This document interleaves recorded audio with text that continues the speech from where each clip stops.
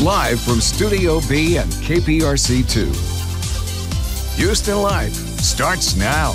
Hi, everyone, and welcome to Houston Life. It is Thursday, July 29th. I'm Courtney Savala. Hi, Courtney. Hi, everyone. I'm Derek Shore. So glad to have you with us today. Joining us online, typically our show airs on television at 3 p.m., but during the Olympics, we're glad that you have joined us on social media. I know. It's been so great. We've been preempted, of course, and it was so last week that you and I actually sat at this desk together. I guess it has been a minute because I took a couple days to go see my mom out of state, and it's good to be back together. What's new? What's going on? Love your shirt. You going to a luau? Where's the Hawaiian music? It's fabulous. I think we're fresh out of Hawaiian music. Why don't I you do like love my your shirt. I love it. Listen, I did wear this shirt yesterday, last night at Discovery Green, and we were in the 4, 5, and 6 p.m. newscast.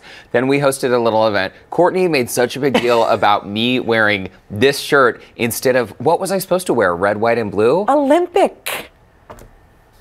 The memo said dress sporty. I get it. Memo? A luau is a sporting event.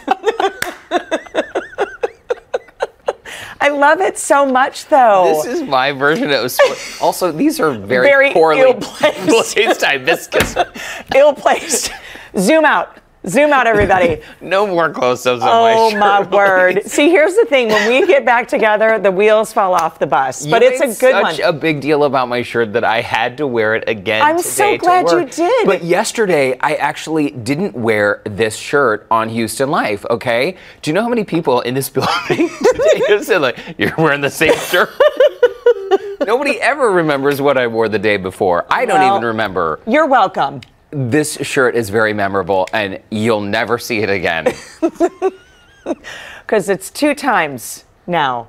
What's today? 2 times. Thursday? Thursday. Wednesday. Hey, it's a Wednesday, Thursday. It's like a Friday Eve shirt. I get it today.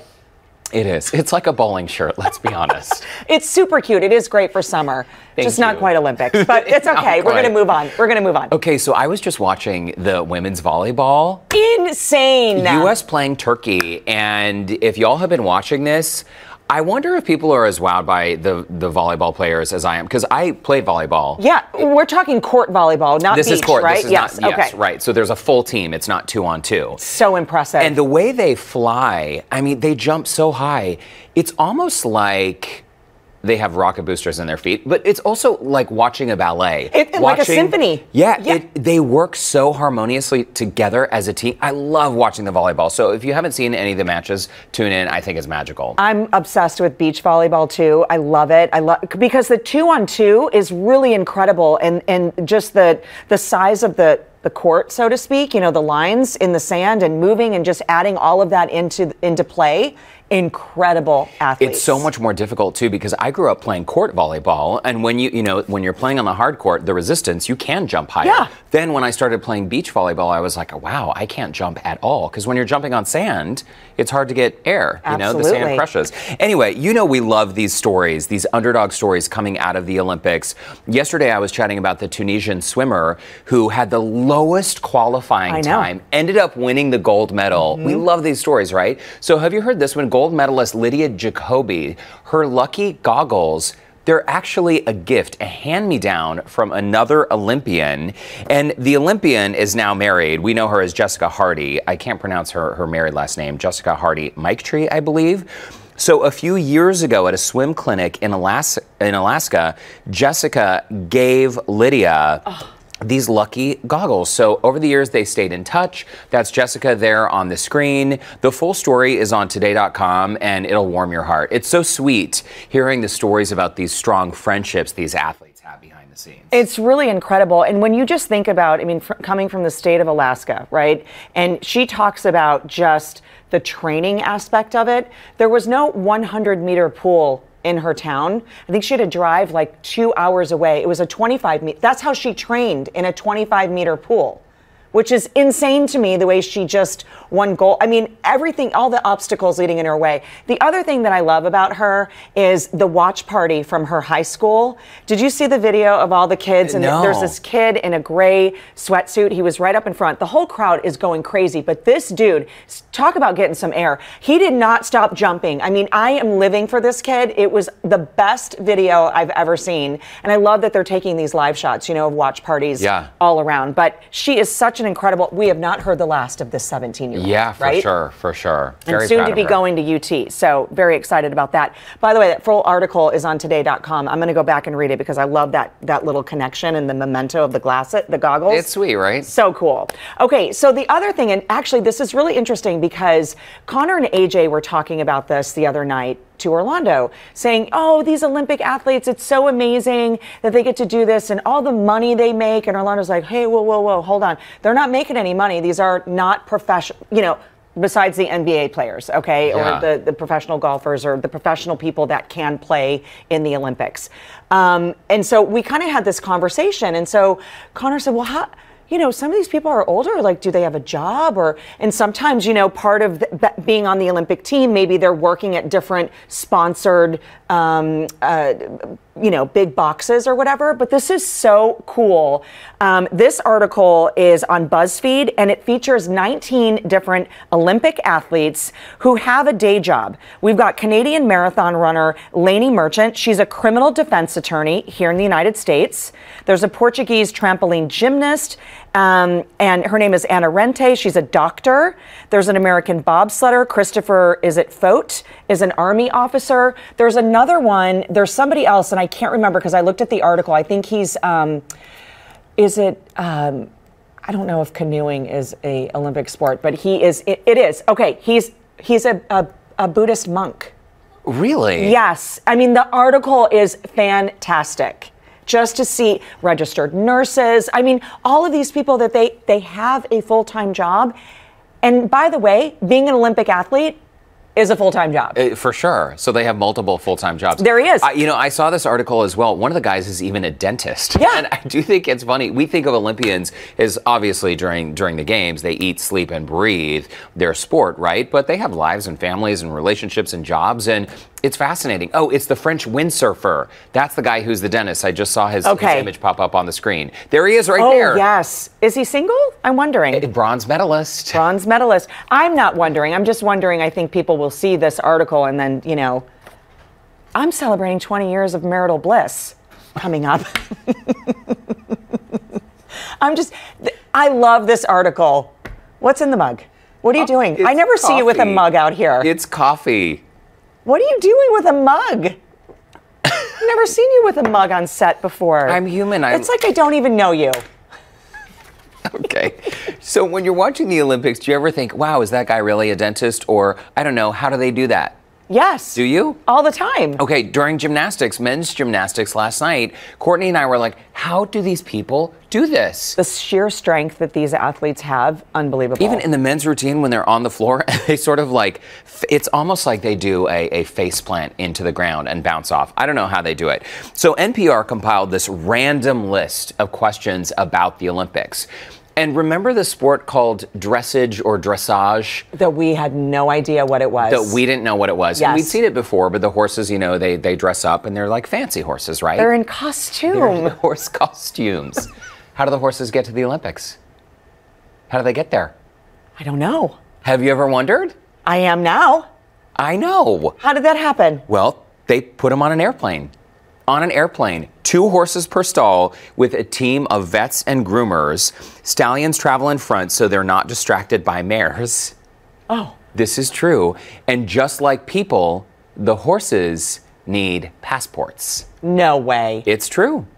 That is fantastic. It's so true. Also, have you ever noticed in the diving competitions or the swimmers, they immediately hit the showers or they jump in a hot tub? Yes. You know why they do that? I think to keep their muscles warm. To keep their muscles warm. They're going to keep diving, right? Right.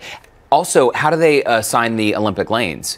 Did you know this? Oh, I think that's based on the qualifying, right? Yeah, so whoever has the highest or the lowest qualifying time, meaning they're the fastest, yeah, they usually middle, get the center lane, which is usually lane number 4. So oftentimes, like this Tunisian swimmer, he was in the last lane. No, but everybody shot him out. Yeah. There he was winning gold. So pretty interesting, right? I think so. But I have a question about the swimmers.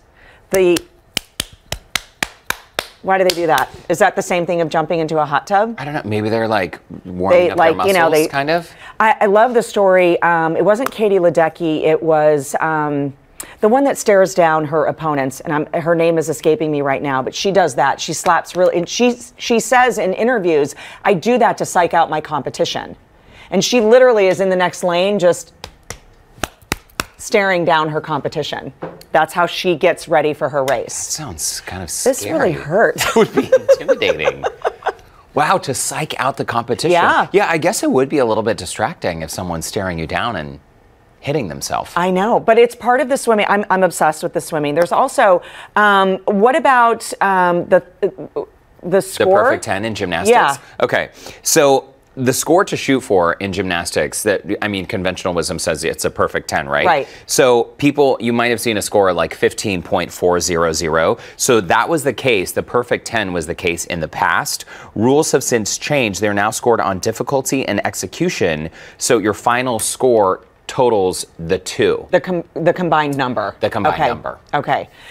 This is also really interesting. Speaking of, obviously we're going to continue on this Olympic trend. And there was a lot of talk, of course, remember we talked about the cardboard beds for the athletes and how that was, said it was supposed to be more of like recyclable and easy to use. But then some of the athletes are saying it's to cut down sort of the dating side. See, I don't believe that, though, because these beds are very stable. They can hold up to 450 pounds. Right. Well, so did you see the baseball team that collapsed the bed? That's on TikTok. We'll have to find that for you. TikTok? TikTok.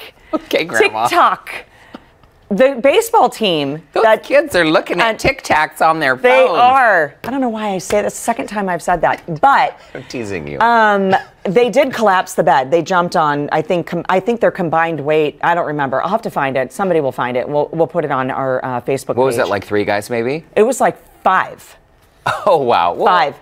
More than 450 pounds. So the thing is, there's not a lot of pomp and circumstance going on at the Olympic Games right now for the athletes. Once they're competing and they're finished, they have 48 hours to leave. So there's not a lot of like hangout time, but listen to this. Tinder, the little app, the little dating app. Where you swipe left? Is that what it is? I don't know. Is that the app that you do that? You're asking Grandpa here? I know. I'm Grandma, so who knows? But Tinder users are using this basic like set location to the Olympic Village to try and meet athletes or people. Interesting. Well, that's kind of a scam, isn't it? I don't know if it's a scam. Do we have a shot here? No? I paid for Tinder Plus so I can swipe in the Olympic Village and date an Olympian. Into the thick of it. Ugh.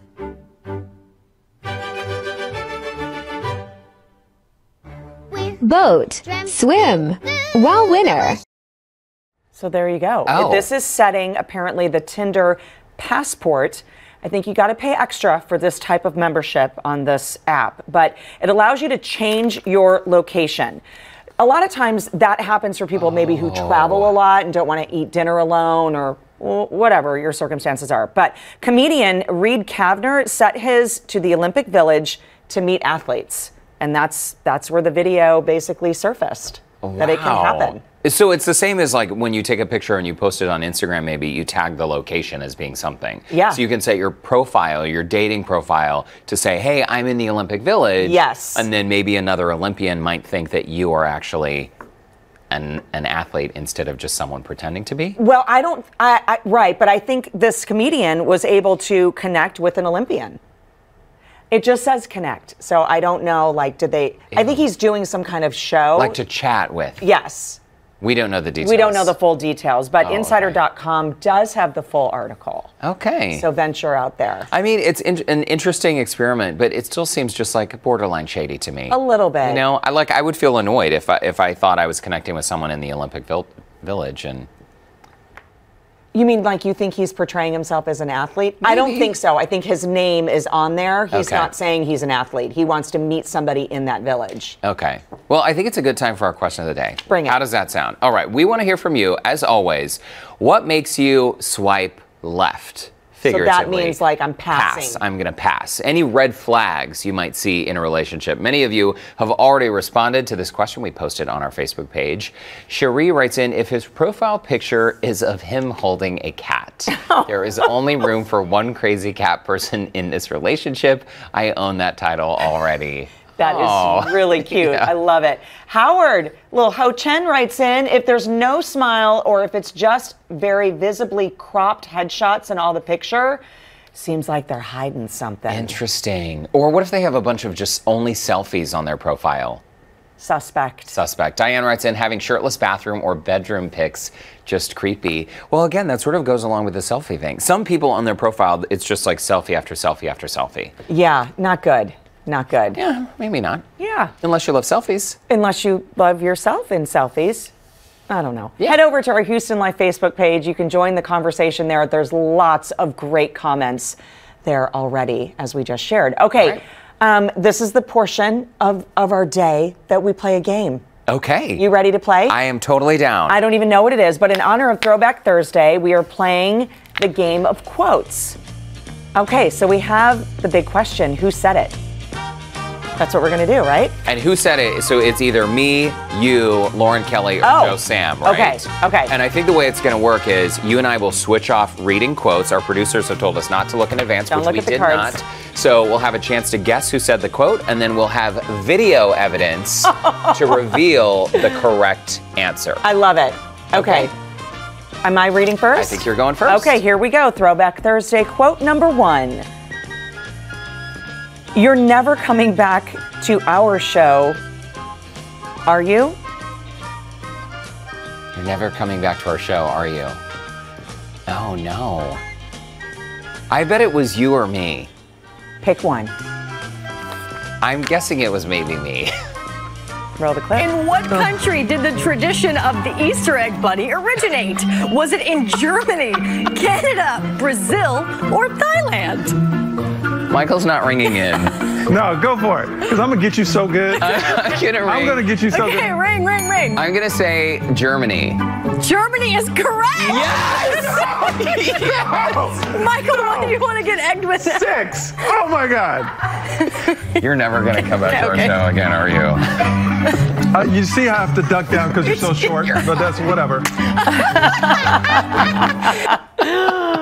Oh. Wow, Michael Yo was such a good sport. That was a good one. It did sound vaguely familiar, but it also sounds like something I would say, right? Okay, my turn to read for you. I may have slipped a little toot. Oh, that's Lauren Kelly. Lauren Kelly. At a house party, speaking of board games, played Twister, bent over, right leg red, and I may have slipped a little toot. I remember that. Also, quick follow-up to this moment. Yeah. That story, she did not slip a little toot.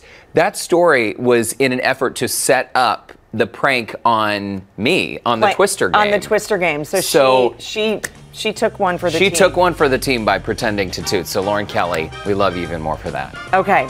Okay, here's the next one. This is the quote. I haven't had any work done. This is me, all natural. That's you.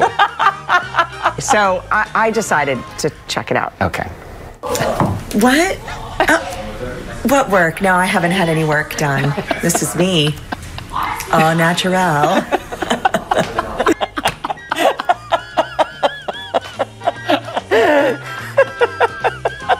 You're a good actress. And C. It's like you put on this completely different persona. This is me. How did you come up with that? I have no, that was just, in the moment. That filter is so much fun. Oh my gosh, it's a mess. My nieces, we used it over the weekend together because they were just mesmerized. But I worry about posting that stuff on Instagram because so many people thought it was real. Oh my gosh, so funny. Okay. Okay, time to read one for you.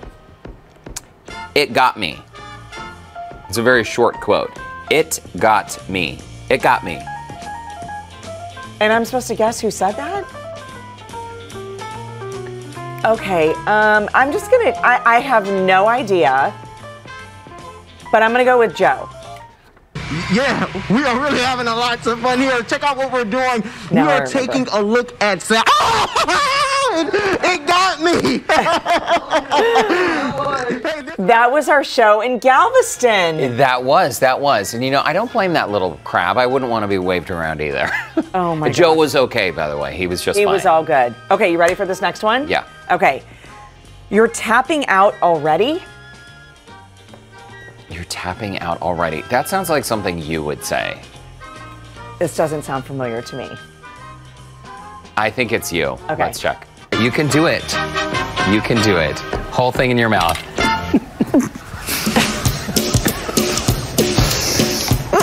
This is the best day of my life.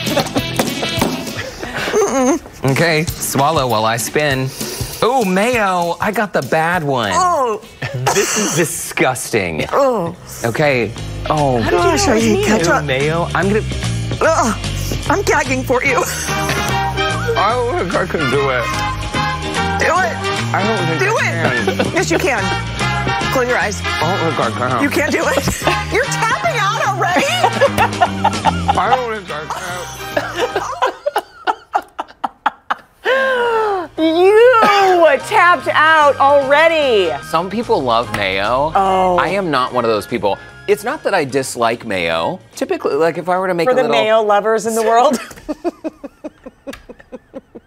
Even if you like mayo, if you've ever tried just putting a whole spoon in your mouth, that was rough. And I couldn't get the taste out of my mouth. I know, felt like well, I I had a full thing of ketchup first. I would rather do, but you don't like ketchup, though. I don't like ketchup or mayo, but I mean, you know, that was just... If you mix them together, it does make a nice fry sauce. No, Orlando, that's the Utah in you.